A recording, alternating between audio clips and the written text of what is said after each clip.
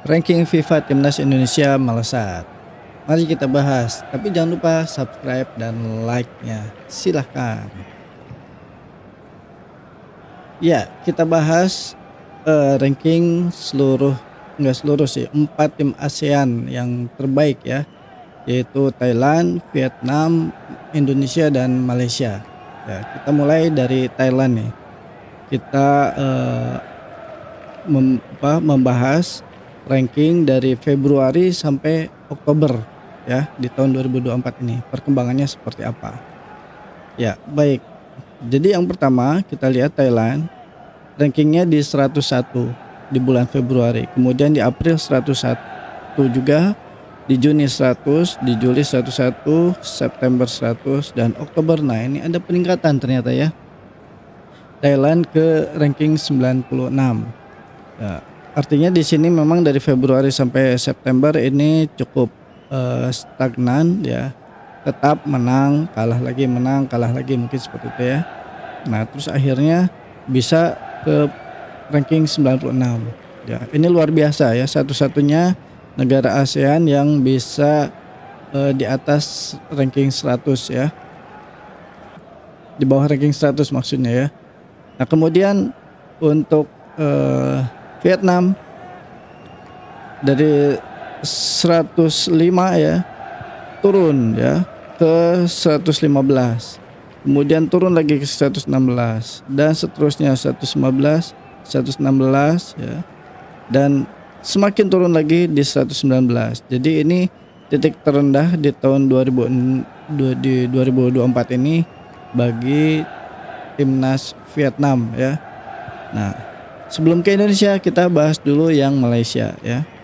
Nah, Malaysia ini di ranking 132, kemudian turun ke 138, kemudian naik lagi 135, naik lagi satu tingkat 135, 134, naik lagi 2 tingkat 132 dan turun 133.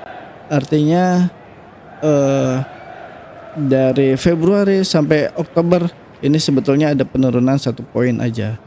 Ya, meskipun ya 1 poin saja ya, turun 133. Jadi belum naik dibandingkan bulan Februari. Sedangkan Indonesia di 142, di Februari ini 142, kemudian Aprilnya 134. Ini penonjakan peningkatan yang cukup jauh ya, 142 ke 134. Kemudian masih 134 dan naik 133, kemudian naik lagi 129 dan sekarang 130.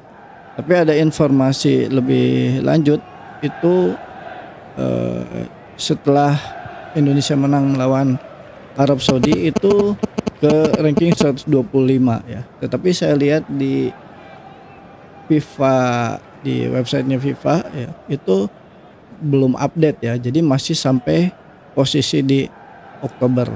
Tapi kemungkinan saja ya itu di 125. Hanya mungkin belum dipublish ya oleh FIFA-nya. Nah, dengan kemenangan Indonesia ini lompatan yang cukup besar ya, karena Saudi ada di ranking di ranking 50-an ya, 54 kalau nggak salah. Nah, jadi Indonesia pada saat mengalahkan Arab Saudi ini menjadi keuntungan yang cukup besar sehingga bisa peningkatan ranking FIFA-nya cukup signifikan ya. Sedangkan Malaysia itu ya stagnan aja di 132, 133. Jadi pada dasarnya dimulai di Februari 132, ada penurunan di 133 ya. Nah, yang ada peningkatan yang lumayan cukup jauh adalah Thailand. Dimulai dari Februari itu 101. Nah, Oktober jadi 96 ya. Ini cukup jauh.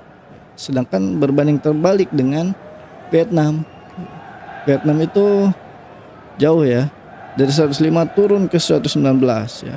Lonjakannya jauh setelah ditinggalkan oleh pelatih Korea ya, siapa? Park Hang-seo ya. Nah, setelah ditinggalkan Park Hang-seo, Vietnam itu menurun drastis ya. Nah, sedangkan kalau dari timnas Indonesia setelah Sinteyong masuk, ini peningkatannya yang cukup drastis ya.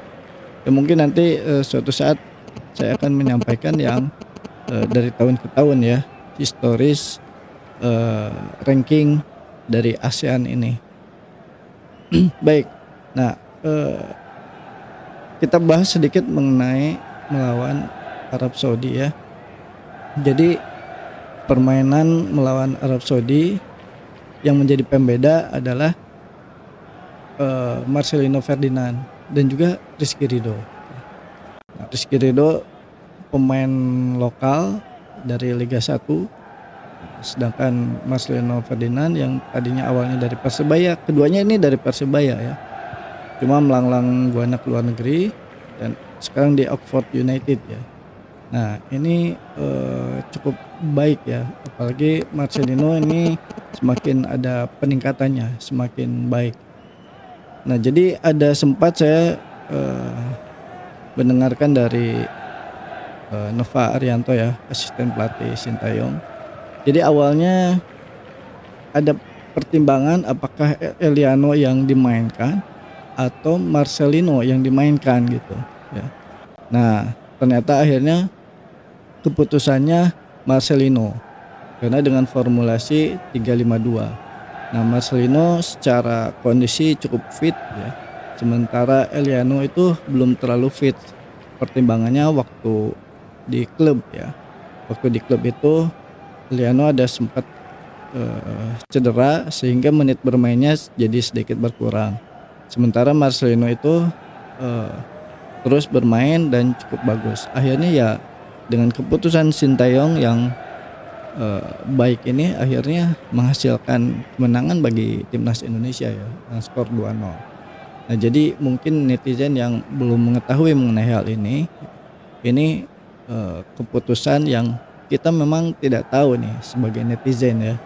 Sedangkan tim pelatih mereka punya tim analisnya yang memang punya kompetensi di bidangnya itu sudah bertahun-tahun. Jadi lebih mengerti siapa yang harus diturunkan, siapa yang tidak gitu ya. Meskipun misalkan Eliano kan bermain di era divisi ini, tapi dan cukup baik misalkan permainannya. Ya ini kembali lagi ke pertimbangan pelatih ya. Karena pelatih memiliki daya analisa yang lebih hebat dibandingkan kita gitu. Dan mereka tim, gak hanya keputusan pelatih, tetapi mereka diskusi bersama tim analisnya, tim pelatihnya. Dan itulah pertimbangan-pertimbangan yang akhirnya diputuskan oleh Sintayong dan Arab Saudi berhasil dikalahkan oleh timnas Indonesia ya. Padahal secara market value-nya itu cukup jauh ya, cukup jauh market value-nya antara Indonesia total squad itu 289 miliar ya. Sedangkan Arab Saudi itu 443 miliar. Jadi hampir menyentuh 100% ya perbedaannya. Nah, tetapi Arab Saudi itu banyak yang bermain di cadangan. Seperti disebutkan oleh Roberto Mancini, waktu dulu Indonesia bermain imbang ya dengan Arab Saudi di Jeddah saat itu. Nah, jadi keluhan dari Roberto Mancini ini banyak pemain yang dijadikan cadangan meskipun market value-nya tinggi gitu. Nah, ini jadi menit bermainnya kan jadi berkurang. Sedangkan para pemain Indonesia menit bermainnya cukup baik nih di setiap klubnya. Jadi terus berkembang meskipun market value-nya rendah. Tapi berbeda dengan Jepang. Kalau Jepang market value-nya memang tinggi dan mereka tetap bermain semua pemainnya gitu. Itu yang membedakan ya. Ya mungkin itu saja yang disampaikan ya mengenai ranking ini. Jangan lupa subscribe dan like-nya. Untuk pendapatnya silahkan diisi di kolom komentar.